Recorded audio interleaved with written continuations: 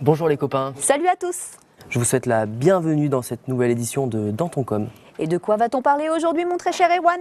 Eh bien ma chère Valérie, aujourd'hui nous évoquerons les commentaires sur Facebook, notamment liés au procès de l'affaire Fiona, mais aussi, à toi de me dire... Nous allons aussi parler des places de ciné à Guéret, ce sera un peu plus léger. En effet, Allez, on commence avec le procès en appel de l'affaire Fiona. tout comme lors du premier procès, vous êtes beaucoup à commenter cette affaire, et certaines de vos réactions peuvent s'avérer borderline si je puis dire. Nous avons donc décidé de vous rappeler dans un article les règles à suivre en matière de commentaires, c'est-à-dire que vous avez ni le droit aux insultes, aux propos diffamatoires et aux appels au meurtre et ou à la torture à l'égard des accusés. Mais certains ne sont pas d'accord avec cette politique comme Anna qui nous dit...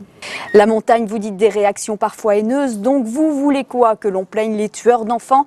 Dans ce cas-là, publiez un article sur lequel on ne peut pas commenter car vous vous doutez bien quand même que les gens ne vont pas mettre que des coms de bisounours. Et dans la même idée, Cédric nous dit... Impossible de se modérer face à la barbarie, point. Alors oui, Cédric, je vous le confirme, ce n'est pas simple, mais il faut essayer. Sinon, nous serons obligés de le supprimer, car vous comme nous sommes exposés à des poursuites judiciaires. Alors ensuite, il y a Charline qui nous dit... Si on ne souhaite pas de commentaires, on ne publie pas sur Facebook ou Twitter.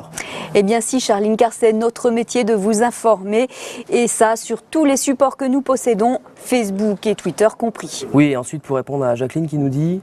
Bonsoir, je propose au journal La Montagne de supprimer les boutons commenter et partager, car cela vous évitera de lire et supprimer les commentaires. Bonne soirée. Alors ça, Jacqueline, vous pensez bien que ce n'est pas possible? Eh bien non. Allez, on va passer à un sujet plus léger, où là, il n'y a pas besoin de modérer des centaines de commentaires. Ouf. En Creuse, sachez que la place de cinéma est la moins chère de France. Et c'est là aussi que les films français réalisent la meilleure part de marché. Et bah ça alors. Et tout cela ne manque pas de faire agir nos internautes creusois, très concernés par le 7e art, comme Loïc, fier de sa ville, qui nous dit... On a un bon ciné à Guéret avec du personnel sympa, des avant-premières et des soirées Halloween. Waouh, et Anaïs aussi s'en réjouit. Voilà, on parle des prix de cinéma, comme je disais, la Creuse, c'est top. Et le festival continue avec Claire. C'est toujours un plaisir de se rendre au ciné à Guéret.